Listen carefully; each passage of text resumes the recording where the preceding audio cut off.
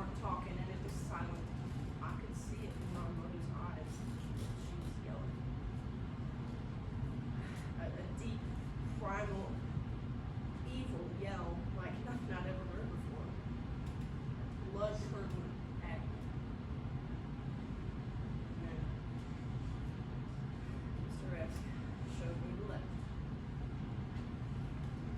My dearest friends and family, my beautiful daughters, the waves are rough today, and the scent of the salt in the air is filling my nose. I find myself thinking about you. I find myself wondering what my girls are up to. I wonder how much you miss me. I wonder what you know about me. I wonder what your mother has told you about your daddy. I've been having trouble sleeping these past few nights. Something terrible stirring in my stomach. Something that hurts real bad but doesn't truly exist. I remember Cecilia being born. I remember the fallen tears of your mother and I on her small face. I remember the tiny grip of your fingers on my thumb.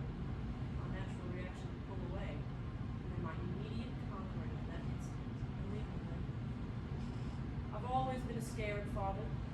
Even now at the end of it, I'm afraid for my little girls. Some nights I wonder to myself what your life looks like, and I cry thinking about how little of what I can imagine has me in it. I know that sounds real selfish, but it plagues me, and I'm not quite sure what to do. The coastline sings its siren call to a distant drowning man. He shouts his woes to the wind, and is only met with the cruel answer of the waves.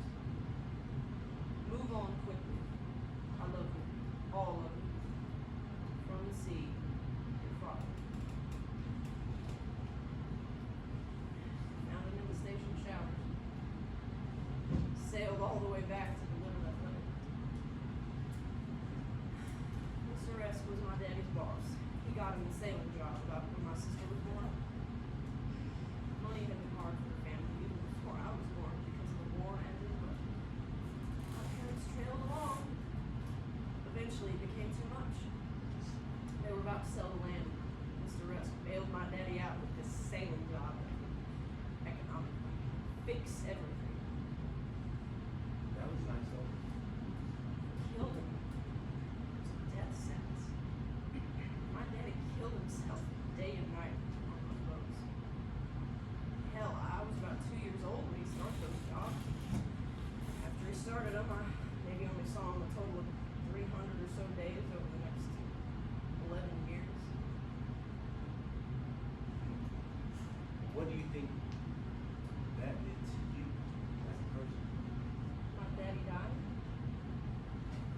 Yeah, that. Or for just not really having him around. I think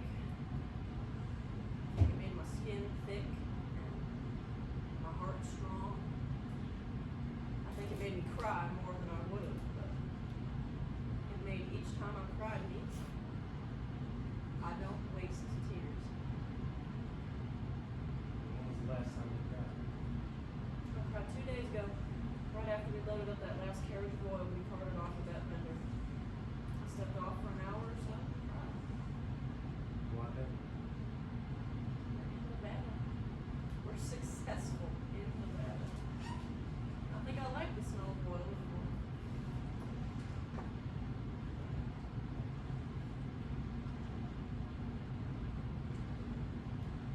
You cry, but No, do you mean not cry? I hear you. Our tents are very close together. No, that could be Randall for all you know. I know what Randall sounds like when he cries. I can never mistake it. I've heard him cry, I've seen him cry, made him cry. I know it's you. You're listening to me a lot. Desert is quiet at night, Clark. It's hard not to. You should be sleeping. Hard to sleep. Why's that? I already answered that question and you're dodging them. What's bothering you, Clark?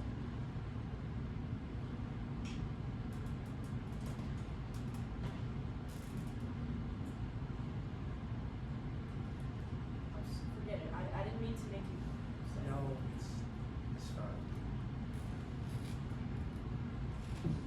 I got a letter about a week ago.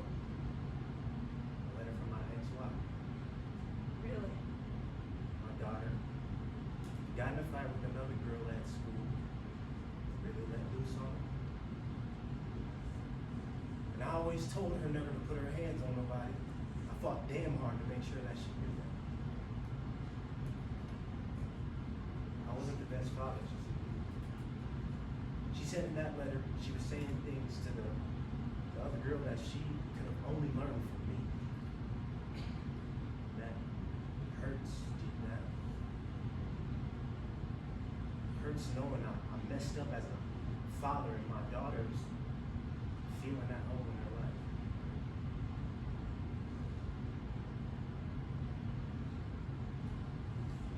When my daddy died, I must have been about 19. And he'd been around my whole life, but he'd be terrible to me and my mom. And I loved him a lot, but I vowed to myself to never be like him. And then I started getting mixed up with robbing and killing. Then I embodied him, became him almost to a T. I got married under the conditions that I changed. Well, then I had a kid under the condition that I changed. When they moved out, they stopped letting me visit. And I even asked myself, right now, if they saw me, would it be the change they wanted to see?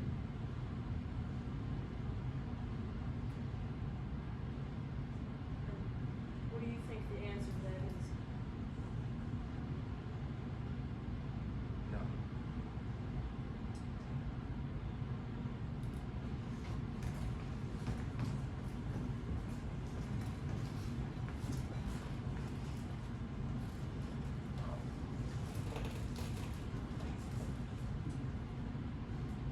How's Clark doing? His work on me.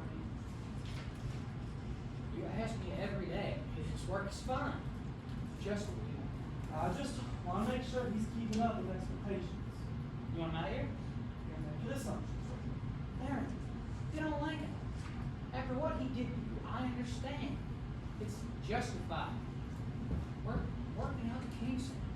You already have had several conversations with him about controlling himself. He's working on it. Working on it my ass. That man has been working on bettering himself ever since he was a teenager. I've been hearing stories about him ever since I got here. Stories about Josie. Now he's finally working on it. You're a forgiving man, Randall. I admire it. But you best not let go of your senses around the one and only Clark Mass. Don't let your guard down now that you're making some money. Crook blood don't run out. Don't spill. It hides itself. It hides itself until it don't need you no more. We can't have seen the success we're seeing now if it weren't for Clark helping us to work so hard. And he knows that. He knows that well and probably thinks it means it's getting better. Which he very well may be. But I'm just saying that to keep the pressure on him, he stays in shape. Man's old, and he has habits he's had a lifetime. A lifetime of simmering anger. Old habits die hard. So I've heard. No, you listen to me. I know you're proud of your work. You roll the dice and you roll the 20. Do not let it go. I know. I'm sorry. Ain't nothing to be sorry about, Rico. I know you're a hard-working fellow. I just want you to keep at it. You and Cecilia deserve it. How is Cecilia? Ain't seen her in a few days. Oh, yeah, she's doing well. She's with Clark right now. Does that bother you? Does that bother? Does what bother? You know, her hanging around with Clark and all? Why would that bother me at all? He's a friend, and we work with him. Oh, Randall, don't dance around and be naive about it. Trust me, I've seen Cecilia just like you. How can you not at least a little somewhat put off that she's spending all her time alone with Clark? What are you saying? I'm saying what you think I'm saying, boy. You deserve her more than Clark does. You have the wrong idea about me, Mrs. Maine. Cecilia is my best friend. We've been friends ever since we was kids. I don't have a keen eye for her like you seem to. Our relationship ain't like that. both got an eye for beauty, Randall. Of course we do. Cecilia is beautiful. Anyone can say that. It's fact. But you got the wrong idea about any of my intentions. I've been with her all these years because I care for her in a way that exists outside of romance. Does that not exist to you? If not Cecilia, then we... Then nobody, Darren. Nobody. I ain't one for romance. Never been. And you applying that idea that everyone has to desire romance and applying it to me and Cecilia, it makes me a little upset. You ain't never found a woman pretty? Of course I have. Then what's the issue? I'll see you later, Darren. Excuse my time.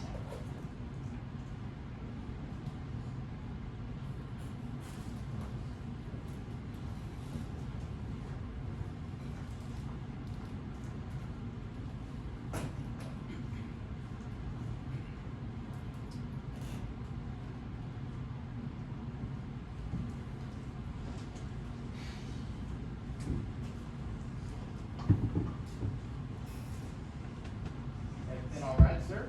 Yeah, sorry. You all right? Come on, letting it out. See, I ain't familiar with your face. I've seen you before. I'm new to the city. Ah, yeah. Who's that Floridian the dad was bringing in? Based on your ears there, I can assume things ain't going too well. No, sir. They're fine. I'm just having Right.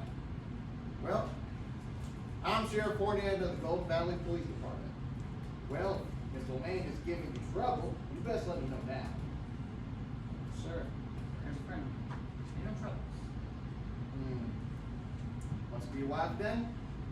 Marital troubles plague us all. I'm not married. You're not married. Hell, I heard you and a woman came here together. Yeah, it's not my wife, it's my friend.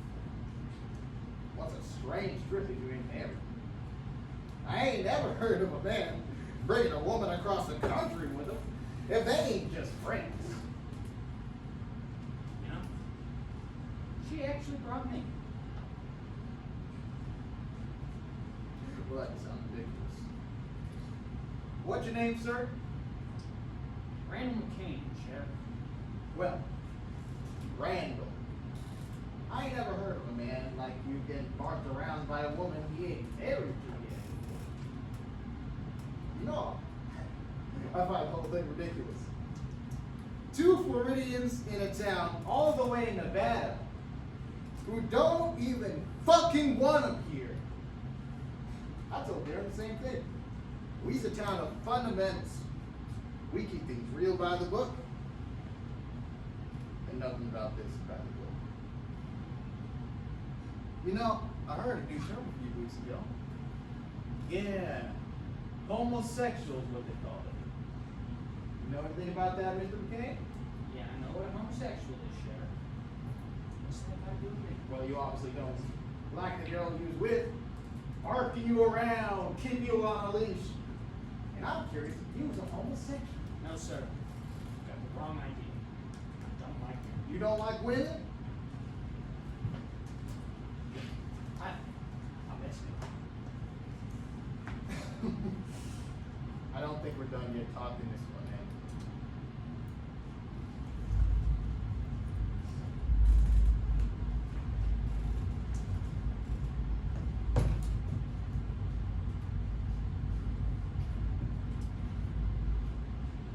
One month missed payment from someone who paid for 12 years upends the whole policy. My mother paid for her life insurance diligently for 12 years. Sorry, sir. Of course. I just don't understand where the humanity is in a place where you're denying me a policy payout because she missed 1 month of payment. It's policy. Fuck policy. Sir? No, you listen to me. She was a good woman. A fine woman who paid for 12 goddamn years. She didn't pay the last month because she was sick with pneumonia, and that normally prevents people from doing things that require them to leave the house. Sir, there's nothing I can do about it. Hell if there's nothing you can do about it. Reinstate the policy. My family needs this.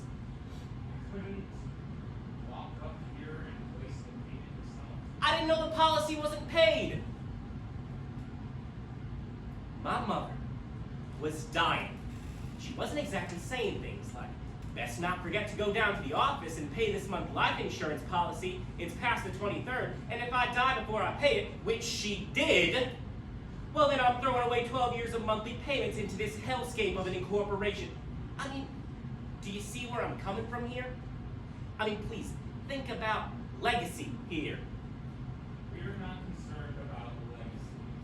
We are not concerned about what you describe as humility. Genuinely, I'm sorry for what happened to your family, but in order to function as a productive couple, I cannot bend rules for individuals. It's all or nothing. All or nothing. Right. I'll tell you. Shield your face. Yeah? Yes. Why? Policy. They don't want us to have bias. What are they afraid of? Of us having bias towards situations just like this. They hate you. They hate me. Sir, it's not. Look at my hands. Look at them. Do you see them? Sir, please. Do I not exist to you? My mother gave up 12 years of payment to you. I did the math. That's a lifetime of money. Years of work thrown to the void that eats us all. It will eat you too. I tell you, it eats everything. It eats money, it eats love, it eats pride, it eats the very humility you lack. The void, the world, the people you work for, they took that from you. It's the death of reason and compassion. Sir, please. My mother died of pneumonia. Is that fair? Is that fair that a woman with a heart as big as her is to die like that? All to the void, all of it. Whatever God you cling to is justification for your life, and the decisions you make will not look kindly down upon the seemingly godless nature of what it is you do. There's no God business. Right. Your employer tell you that? You got the wrong idea, sir. You're gonna have to get the police. Are you serious?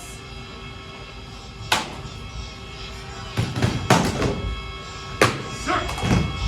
Sir? Sir, please! Stop. I'm done. I'm sorry.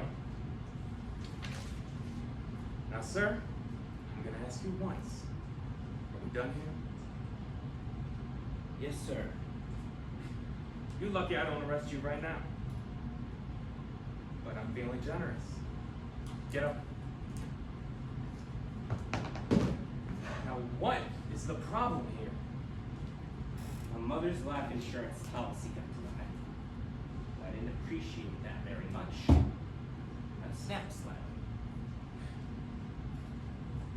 Let me give you some advice, boy. Man to man.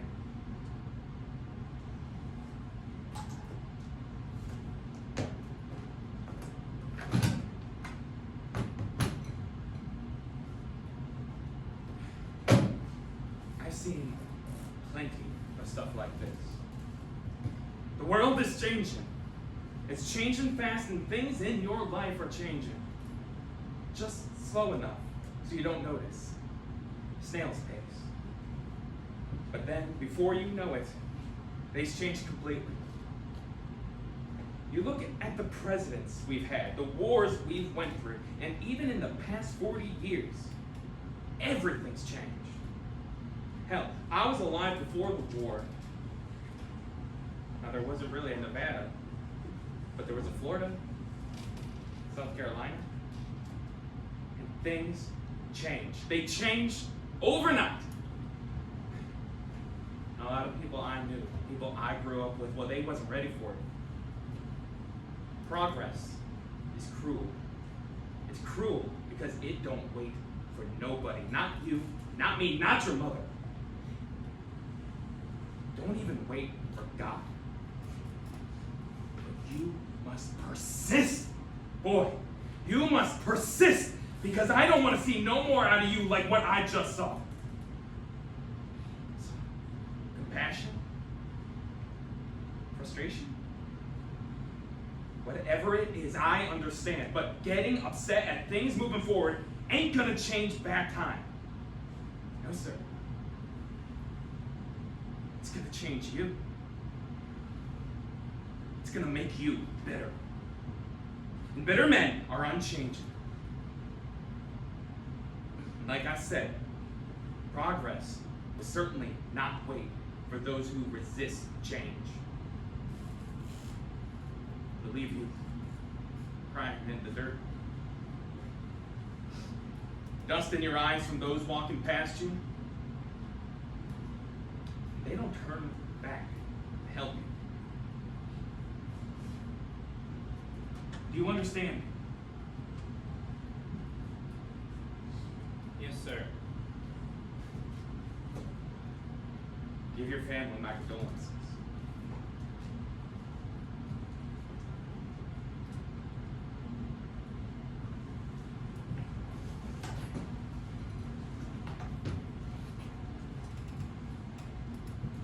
And you was kicking and screaming at the wall? Yes, sir. Well, that's just silly. It's whatever. They let you go. You didn't tell me your mother died. I didn't exactly think it necessary at the time. But now I wish I did. A loss in the family's the worst. How old are you now? 22 since August. Too young. How old was your mother? 50. Too damn young. Hell, boy, I'm sorry. It's alright. Thank you. She was loved as she passed. Well, that's what matters. You and your family staying in Reno? I work here, right? Your father still work? Yeah, my father works up at the mill. Calf's place. Been working there 20 years or so. Started there when I was a kid. And my sister just turned 18. She's trying to decide what it is she wants to do. My father wants us to stay in Reno. That what you want? I want to do what's best for my family. I respect that.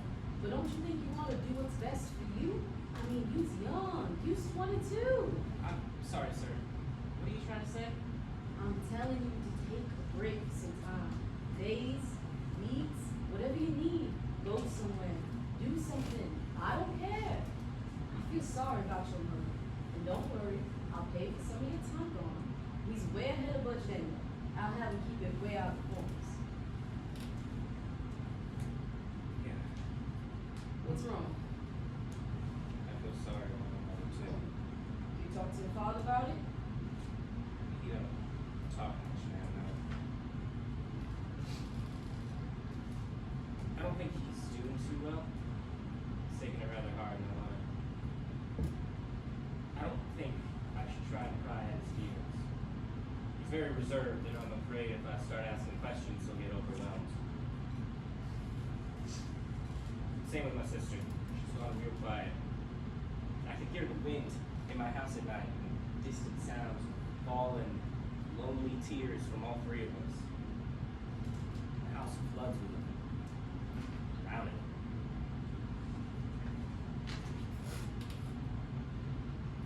Can't keep myself up. There. It used to rain where I lived in East. I would watch the holes in my yard would fill up with water. The holes I did out of the farm would fill. And bugs would run out and drown. And I'd trot around there, soaking wet, and I looked down at them struggling, dying. And in my head, I would say a prayer to each one of them, like I owed them something to them. Yet I would keep digging holes and bugs would keep drowning in them. And I'd keep praying. And it would keep going. The same thing would happen each time. And I wouldn't be the first to tell you, it's not fair. I'm sure you've heard it 100 times. Hell, living in Nevada is not exactly a fair experience.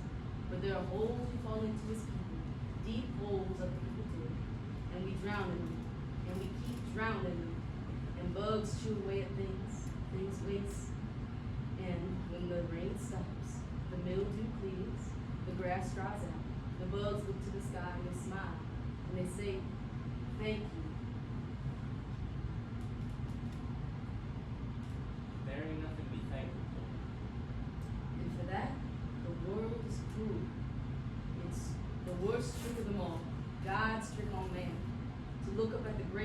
ocean above us and the great curtains, and then having us ask questions and say thank you.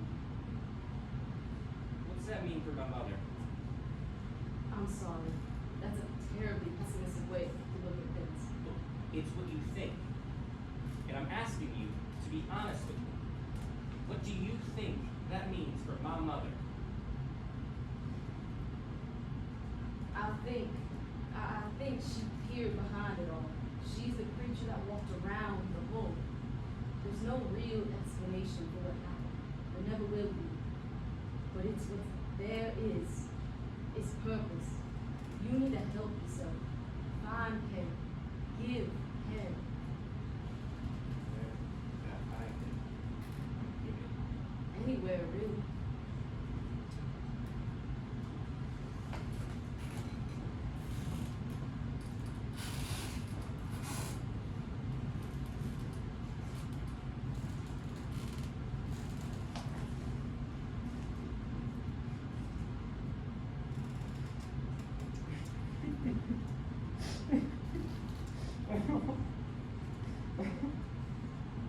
Brandon? What are you doing on the way out here? I didn't want you to wake either of you, so I just had to get out of this way. I didn't want you to hear me. I hope you don't mind me coming over there. No. It's fine. Cecilia was right.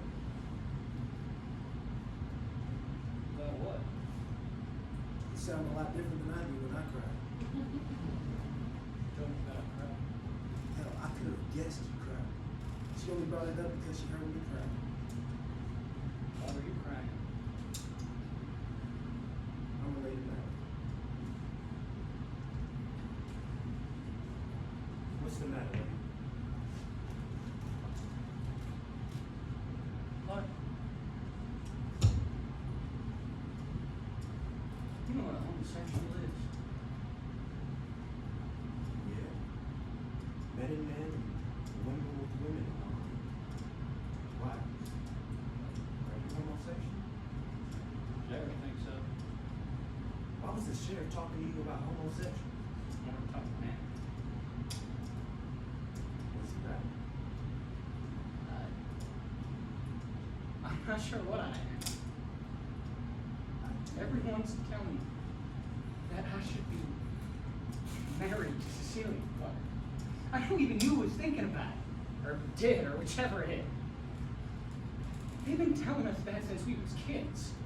They've been asking and prying and positioning us to be together and hold hands or pose together.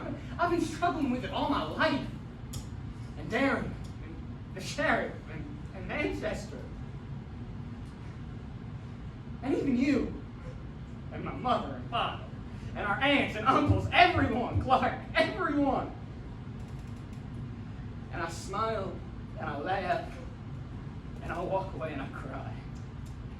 I sob, angry and confused tears. I wipe them on my sleeves, and I swallow deep within my stomach, and it boils, and I'm confused. I'm not sure how to feel.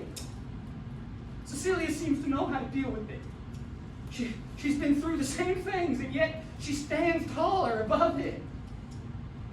Well, what do you think that she has that you don't? I wish I knew. Pride? Maybe? Interest? I think maybe she has some kind of affection in her heart. Romantic affection for others, an eye for it. Within me, Clark, wherever that exists, there is nothing. It's empty. It's cold. What does that make me? Makes you unique. No, that's not what I'm asking. I'm asking, where is my affection? I want to give it and show it. I want to love and have romantic eyes, but it's simply vacant.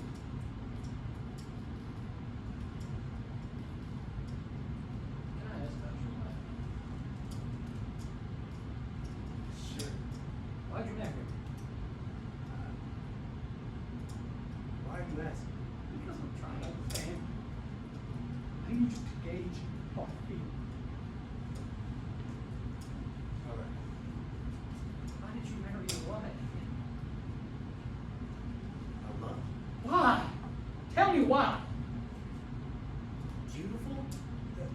We matched each other. She worked hard. You find hard work attractive. You find ambition attractive. Yes. You have an eye for the beautiful, even outside of your wife, for any woman, hell, for any man. You find these things attractive, not friendship, no, but sexual, romantic. What? Clark, please! Yes? That simply does not exist within me. There's none. I want there to be. So badly. For anyone. I'd settle for a man. I'd settle for anything. But there is absolutely nothing. There's compassion and care and a non-sexual love, but it's like I've hit a ceiling. And it's so exhausting.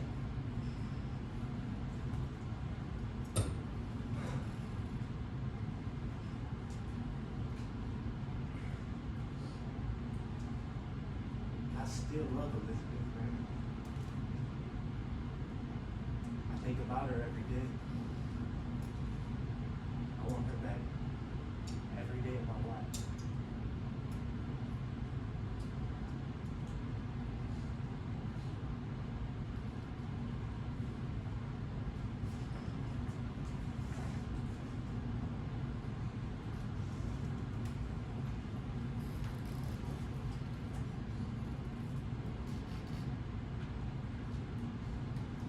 Elizabeth, today I write about the time between the last letter I sent to you about 4 months ago. I hope you and Ellie are doing well this weather.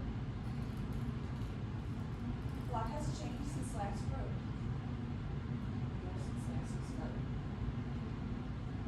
When Floyd and I took you from Florida, I moved to Golden Valley because I could lay my rocks on. And then we was still snow.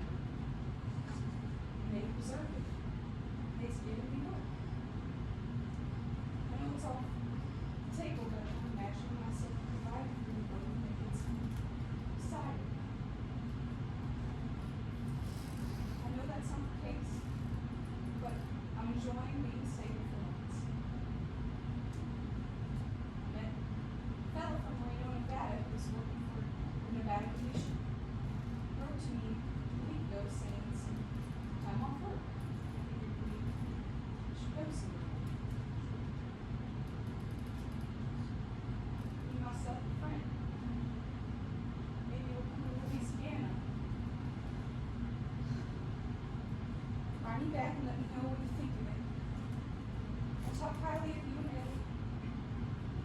Speaking of which, I'll write you back soon.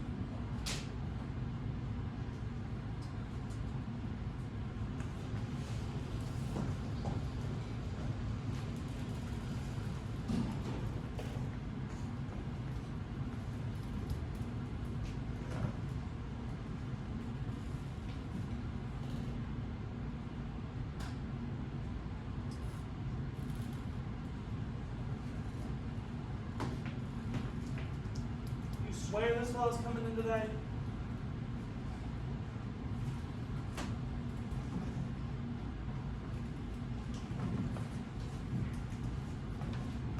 Swear. Wrote to me more than once. November 22nd, second train. If he ain't here when the second train comes in, that means he missed it and I can come back later. I think it's nice. Thanks. I'm not saying it's not nice. Just saying, trains are consistent these days. It's all messed up. I mean, we were coming here from Florida. We had 6 train transfers. Almost all of them were late. I ain't been on a train in a year or so. It's gotten better. Can you go to North Louisiana by train? Sure you can. You looking to go?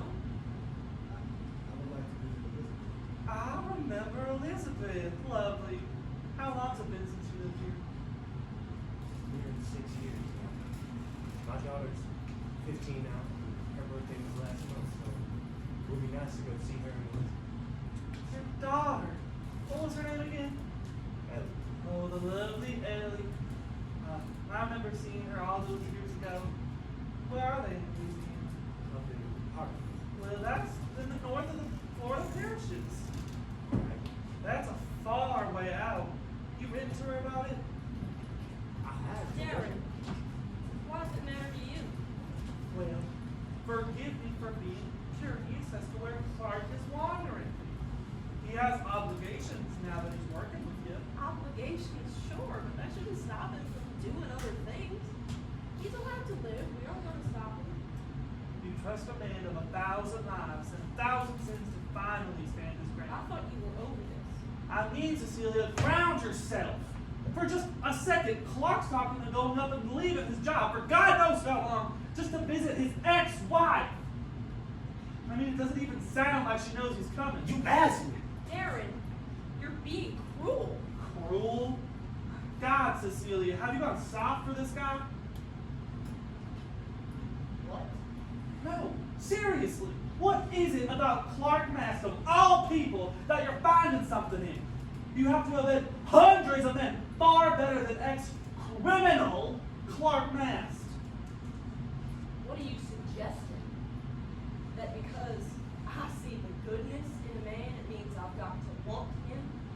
Want him in my hands and in my bed? No, Do you think that I'm out here for sex or for love? I'm out here for my life. I'm fighting for my life. Every single day I wake up in the sand and I'm thinking about getting home. You've done a lot for me, Darren. I love you for that. But I can imagine no worse disrespect to me than to think I bend my will to anyone when I'm trying to survive. Especially for a man that you think I'm trying to fuck. you've gotten wrong. No, I think I've got you pinned down just fine.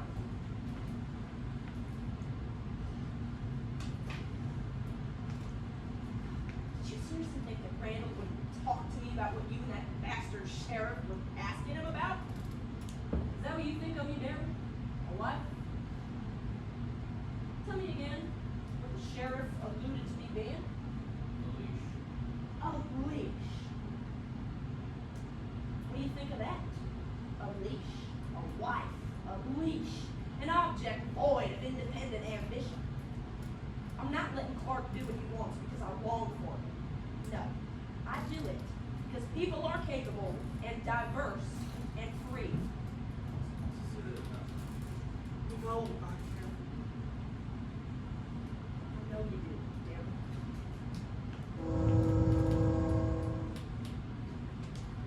I think I'm changing there for the better. And I don't blame you for being skeptical. To be honest, there's no way for me to know. You don't talk to me. Right. I don't see you. Especially not.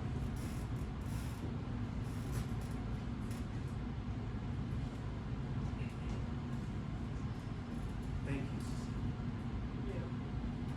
Forgive me, but I think we need to be careful. Careful. Darren's kindness isn't empty. Nobody's is. If he wants to change how he works with us or me, so be it. But I ain't a wife. I ain't a leash. I don't think I'll be anything like that, and ever. And if I do, under no circumstance will it be under the scorn or scrutiny of others. I ain't never married, Clark. Still, even now, back in Florida, she owns all her land herself. Self-made, self-sustaining. Temporary partner, sure, but not once did she let him lay a finger on her business. One gentleman tried, ran him out of town. My mama helped her with that. Lee Reed was the guy's name. Dated your aunt for about a year. One day he tried to tell her she was running an aspect of her ranch wrong. And without telling her, he began erasing some numbers, changing the books. She caught him in the act, dragged him all the way to my house, and then let him have it and dragged him out of town. Scary, man. Ed the Don and good old Aunt Hetty.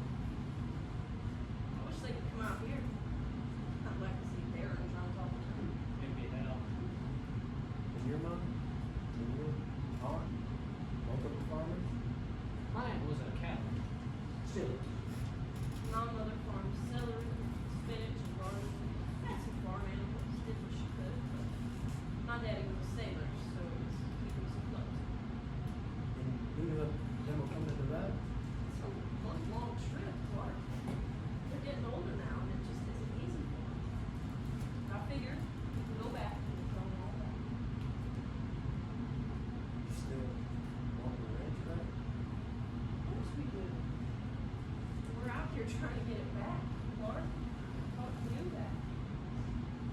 Just found it 2 years. That's all. Finally some stability out here in the sand off there. After all these years, it's a nice feeling. That's what I'm trying to tell Darren. No. Seriously. I've been out here 40 years. Since I was a kid. Crime kid. But it weighs. It hurts deep. Finally making good the honest way. Can't be stopped. I remember once, I must have been about 25, I had been trailing this Frenchman for a few days. And I knew he had something. Something about him told me that he had something I needed back. Nice suit, dirty, but nice. Sleek, looked like a proper man. And I hadn't seen him in town either. Coming in for business, I thought. I wanted the suit. I wanted the confidence. He had to have money, and I knew it. And on the third day of following him and keeping tabs, he exits the saloon and he goes around back to take a piss. And I follow him back. And I grab him by the back of his sleek collar. And I put my revolver to the back of his head. And I say, I know you got something for me. That suit too nice for these parts. Hand it over. And he says to me in his French accent, I'm homeless. And I put my revolver away. And I spin him around and I ask him, how did you get the suit? And he says, I killed him. And he turned out his collar and he showed me the dry blood that lined the interior of the suit, and he walked off out of town. He robbed me blind of my confidence. Right there, right then, Clark Mass went away. There was no such thing as the honest way. At least not to me in that moment. But here we are. Oh, hey!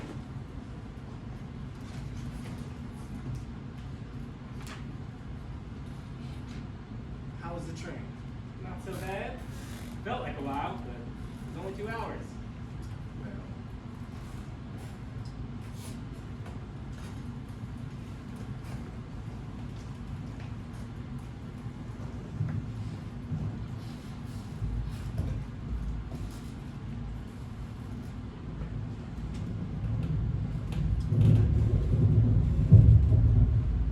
Come in.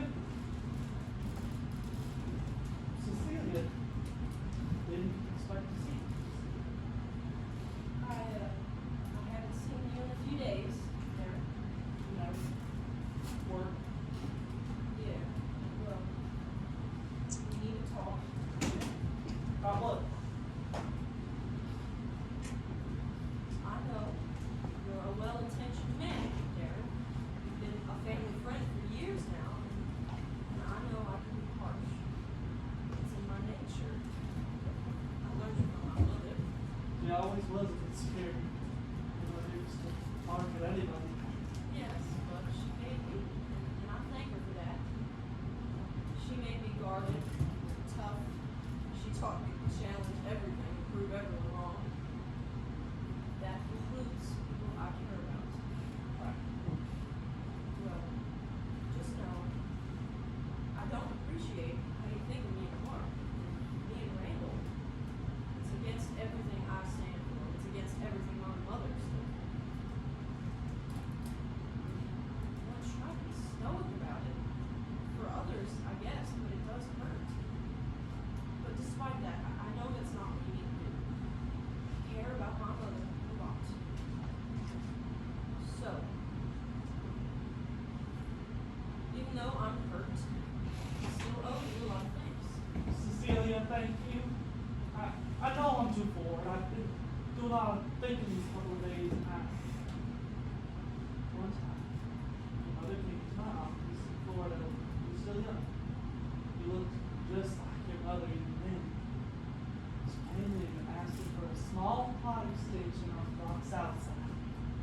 just enough to own these two big red maple trees. She wanted them for your sister. I remember those trees. Beautiful trees. I thought you and your sister were so darling. I did. She deserved it.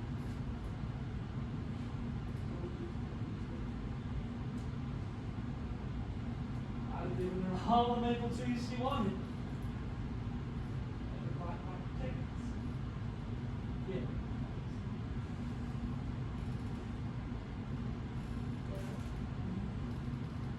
Perhaps it's the wrong time. Show it off. What? I'm not sure. No. Big businessman out of New Mexico bought our entire stockpile about a week ago after some negotiations. Congratulations! Well, I feel a bit guilty, truth be told. What? No, Cecilia, I sold it to you. That's just how business is. No, listen. This land was an incredible opportunity, and I want to pay it forward a little bit. These 5 months have been more than kind to Randall and I. So I'd like to buy the ranch plot back 3 times over. Cecilia, No. Randall and I are going to stay here in Nevada for, well, a while. this is too much. I'm serious, Darren. You help me, I help you. Think of it as a gift from my mother and I.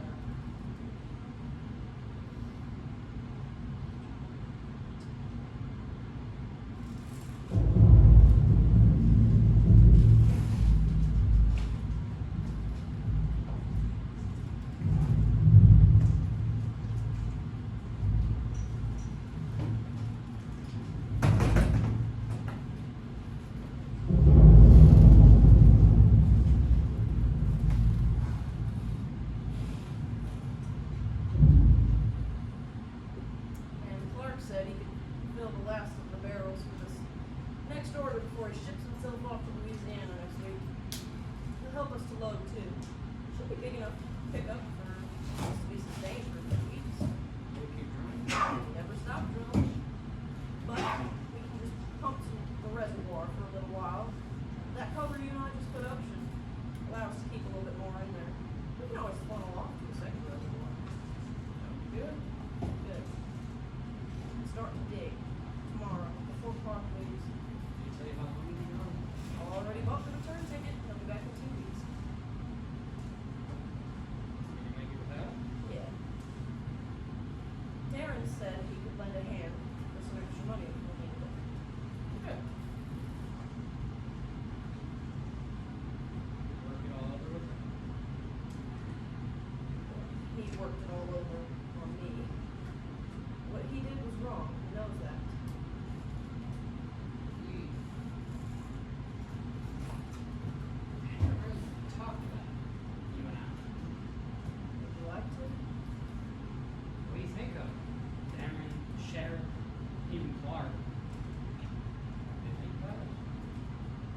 I think that you and I proved them more wrong every day we were out here. People hate what they don't understand. They hate a man like you because you're not like them. They hate a woman like me because I'm not what they expect. But you have to break that cycle, Randall. Just hard. Feels like everybody we've been talking to has something about it. And what about it? Doesn't that bother you? You and I have been working side by side for over 20 years, Randall. Since we was kids, you and I have been digging in the dirt together. If I was ever deterred, even for a second, we wouldn't be here now, after all these years. Maybe at some point it bothered me, but not anymore. If we let it bother us, our work out here destroys itself. We're out here fighting for our lives. That's what's important. It's that ambition. Yeah. I mean, maybe we haven't noticed because we've just been around our families our whole lives, but we've been talking to the people here. Hell, we know what's held Clark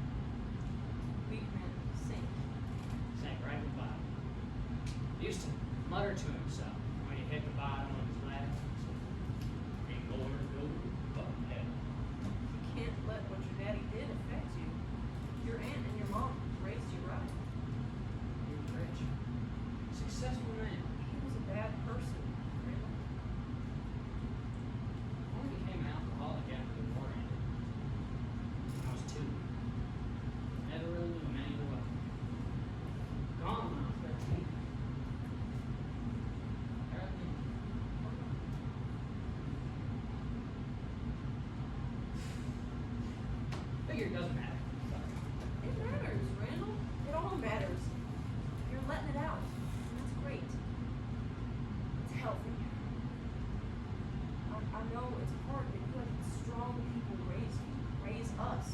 That gave us. It gave us opportunity. I wouldn't have it any other way. Randall, I've managed to become the person I want to be. With you, together. I couldn't have done it without you. And I couldn't have done it without my mother and my father and your aunt. We were given ambition, and we're looking for that. You're my best friend, Randall. Thank you.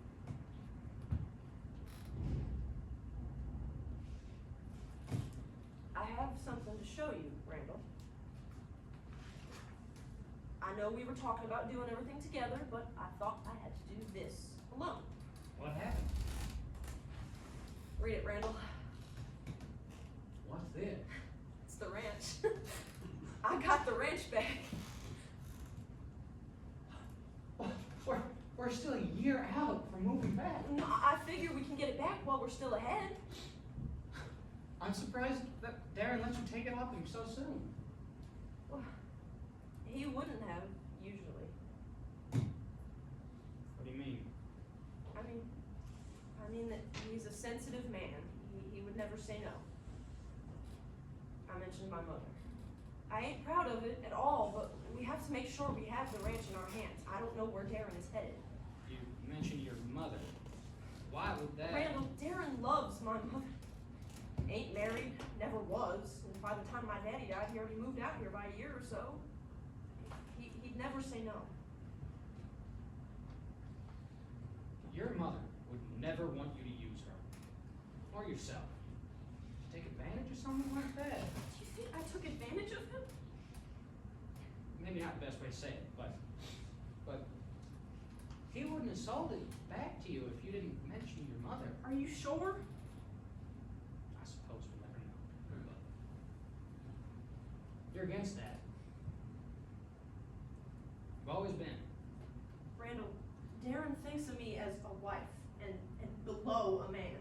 He admitted it to you privately. He's not well-intentioned. I have to bow a bit lower just this once. Just this once to secure a future for us. Just this once. I have to... I don't know. I need it back before he gets to a point where he won't give it back. I need to look out for us. I've given so much to others so far. I mean, we've given Clark a stable life for the first time in what, 30 years? I mean, look at the whole picture, Randall. Darren is just using us as a vessel for my mother. I mean, and when he gives up on that, then who? Me? I mean, I think Darren's been celibate since we've come out here. It just feels like a facade, and I needed to get our ranch back before that curtain closes. And that means doing what I otherwise wouldn't. I know. Sorry. I won't make a habit out of it. You've completely disarmed him. He's got nothing on this man. Freeing, isn't it? Very. We can move back whenever they let us know it's dried up. Darren, stop! It's not the way to tell it. What the hell is going on? Your mother. My mother? This is you. Your mother. What is this? Celia, this is a letter Darren received Oh, Dad. from the Florida State Department. I'm sorry. Your mother passed away last week, Cecilia.